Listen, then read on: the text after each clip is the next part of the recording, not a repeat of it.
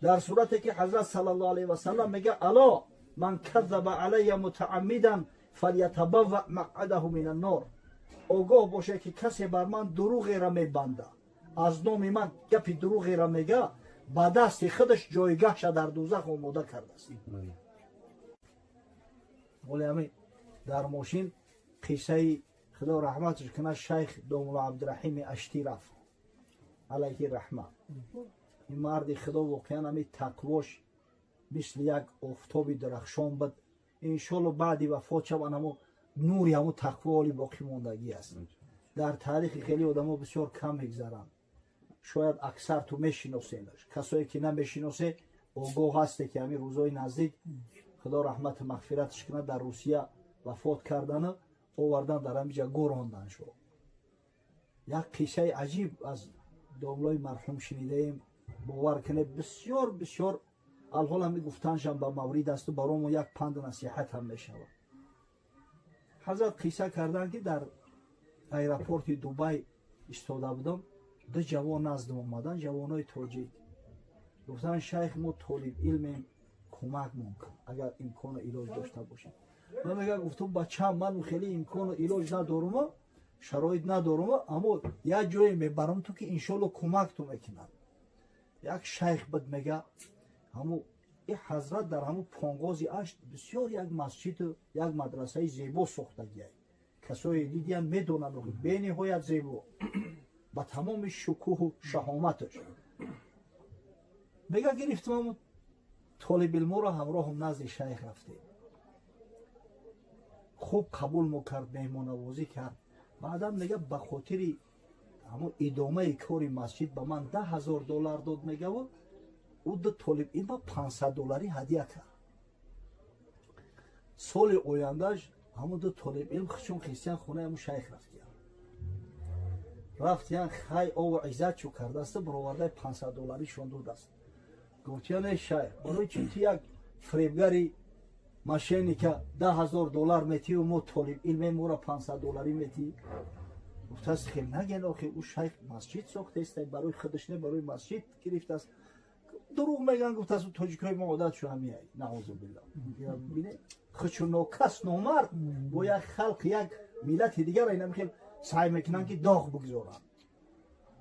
دیگه میگه او شیخ هم در استراب غلطیده است که ما بابا همین حقیقتا همین ماشینیکو بسیارن که خیلی نیرنگ بزرگ. تلفن کرد میگه گفت که میام تماشا میام. خیلی میگه یک کس هم تصدی کردیم از همین دشنبه گرفتنش آوردنش. یه سالای پیشتر های سالای شاید تا 2010 باشد آوردنش. میگه مردم استقبال گرفتن. وقتی چهرهای کشاده مردم دید، نه مسجد دید مدرسه دید، بسیار ذوقش کرد. گفت شیخ میخواهم یک طهارت تازه کنم. و میگه گفتیم مرحمت این مسجدهای بسیار زیبا مقصد طهارت خانه های زمانوی کردگیم. نگو میخواهم در خانه طهارت کنم. خیلی میگه بردمش خونم. خونه را یک به تعجب تماشا کرد. خانه هاش مثل همون خانه های همون صحابه های پیغمبر صلی الله علیه و سلم. با میگه یک دستابه را دادمش، یک افتابه را برای طهارت کردن آب دست و نشانش دادم. باقا میگه که ها همونجا برای مقصد که استنجای آب بکن، ما مستحباب رو همونجا بکنیم. باید تعجب میگه گفت که شما حموم نداری؟ حاجت خونه نداری؟ مقصد برای نمیگه. گفتم صحابه پیغمبر نداشتن، ما هم همین تقلید به صحابه میکنم. عجیب میگه مستریب شید، یک هیجان اومد. میگه نماز خوانده برآورد. میگه $10,000 در دستم داد که التماسی را در یگان جا صرف نکرد، به خاطر یک حمام یا طهارت خانه کرد. شیخ اینا ببینه مرد خدا طالب علم گرفته است، پیش یک شیخ برده است که به خاطر خدا کم کم دستگیری کنه. در عوض نیکی با میریم با بدگویی میکنیم، غیبت میکنیم، سخنهای قبیح میگیم، بسیار فعلی بد است. فردا روز قیامت به خدا قسم جواب میگیم. انسان برای هر یک گپی میگفتگیش در پیش پروردگار جواب میگه. سعی کنیم که وقتی سخن میگیم مسئول باشیم، بدونیم که این سخنها یا به فایده و منفعت مونه یا به زیان و ضرر مونه. شیخ طه عبدالله عفیفی در کتاب من وصایا رسول یک روایت، یک قصه را آورده است از زمان حیات بیبی رابعه ادویه رحمه الله باره میگوید یک دوست شبانه به خانه به حجره رابعه عدویه می آید. از بس که بی رابعه بسیار مشهور بود تا امیر بصره به زیارتش می رفت، تمام حکومتدارا و زمامدارا به دستبوسی و به زیارتش می رفتن. این بیچاره دوست گمان کرده است که خیلی مال و ثروت دنیا دارد. شبانه دزدی میدروید، این طرف و او طرف میکوبد که غیر یک کوزه دست شکسته که در درونش آب دست در خانه چیزی نیست، نه یک پلاسی و نه یک لباسی و نه یک متاع دنیا.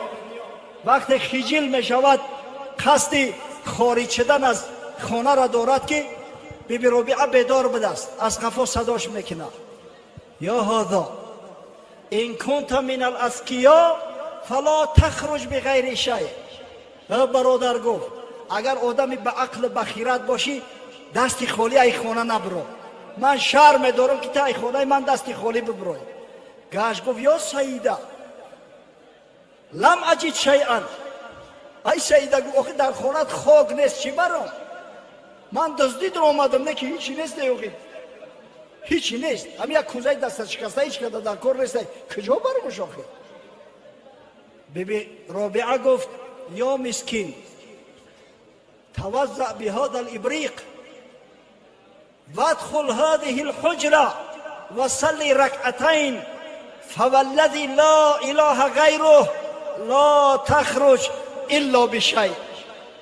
مردی مسکین گفت همون کوزه دست شکسته را بگی طهارت که آب داره، در انم حجره بدرو، 2 رکعت نماز بخوان، قسم به خدایی که غیر او معبود نیست دستی خالی اینجا نمیبروی، من برات وعده میتم.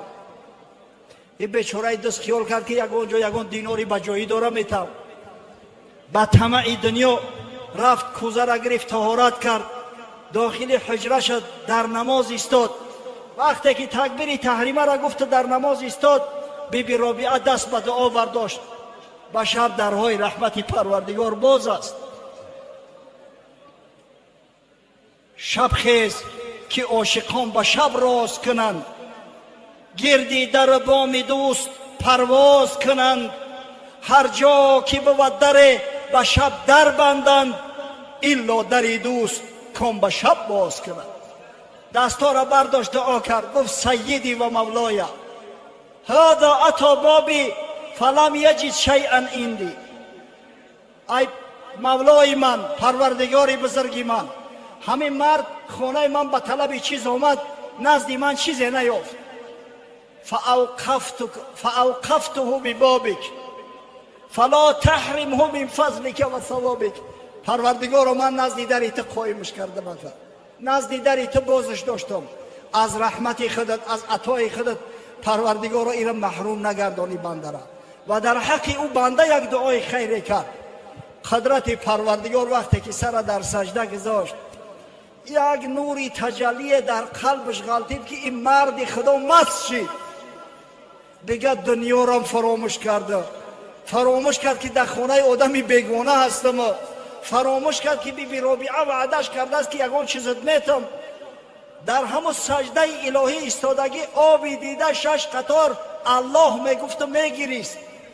و وقتی میگه بی بی رابعه نزد در حجره اومد که این چی گریه داشته باشه، صداش شنید که زمزمه میکنه با آبی دیده بناله، اذا ما قال لی ربی اما استحییت تعصینی و تخفی ذنب من خلقی و بالعصیان تأتینی. وقتی پروردگاری بزرگ از من سوال کنه که از من شرم نداشتی که عصیان کردی؟ تو او گناه و کمبودیات از مردم پنهان می داشتی، از من پنهان کردن نمیتونی که. با کدام رو تو عصیان کردی؟ با کدام رو سرکشی کردی؟ فما قولی له لما یعاتبنی و یقصینی. وقتی که خدای بزرگ مرا از درگاهش برونه، دیگه کدام خاکی را در سر کنم؟ میگه چنان مست مغرور شد تا دمیدن صبح صادق، تا صدای اذان شنیدن سر از سجده نبرداشته است. بعد میگه خیست، همین نور روش نور میباره. بی بی رابعه گفت کیف لیلتک یا اخی، برادر اسلامی شب چه خیل گذروندی؟ گفت بخیر الحمدلله. پیش پروردگار با یک عجز، با یک عاجزی و بیچارگی به گردن کج ایستادم. خدای بزرگ میگه گناهم بخشی، فقبل عذری و غفر ذنبی. گناهم بخشید، عذرها و بیچارگیام قبول کرد و ما را به مطلوب و مقصد رسانید. این شب انیک فضیلت ها دارد، خاصتا شبی که ما و شما قرار داریم و اتفاق علما است که الحمدلله رب العالمین این شب شب قدر است، شب 27 ماه رجب. این شب بزرگ، شب عزت، شب سربلندی، شبی را که طاعت عبادت در این شب از 1000 ماه طاعت عبادت که در آن شبهای قدر نباشد پیش پروردگار بالاتر و بالاتر است. برای یکایک شما تبریک و تهنیت میگویم و از درگاه خداوند متعال مسئلت آن را دارم که این شب قدر برای ما و شما مؤمنان، برای روزه‌داران ماه شریف رمضان، برای قائمین شبهای رمضان به ختم قرآن، شب مبارک، شب قدر شناسی و قدردانی، شب مرتبه و منزلت گرداند. بسیار خواهش میکنم برادرای عزیز کوشش کنید، همین یک شب است. یک شب روز کردن هیچ اشکال نداره. آخه الحمدلله مردای هستند که تمام رمضان به بداری میگذرونن شباشا، زیرا این غنیمت است و این شب شبی هست که از 1000 ماه طاعت عبادت بالاتر است. شبی هست که تا دمیدن صبح ملائکه های رحمت پروردگار تحت سروری جبرئیل امین علیه السلام در زمین هستند و به بندگان خدا سلام عرض میکنند، به بندگان خدا عرض درود و پیام میکنند. شب چنین در 7 آسمان به رحمت باز، ز خویشتن نفس ای پسر به حق پرداز. چه روزها به شب رفت در هوا و هوس، شب بروز کن آخر به شکر و ذکر نماز.